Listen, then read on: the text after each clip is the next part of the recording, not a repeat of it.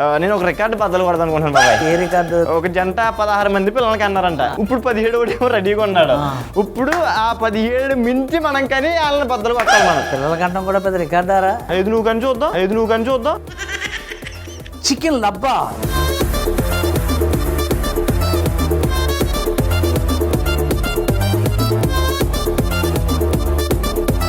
తంజావూరు చేప వేపుడు.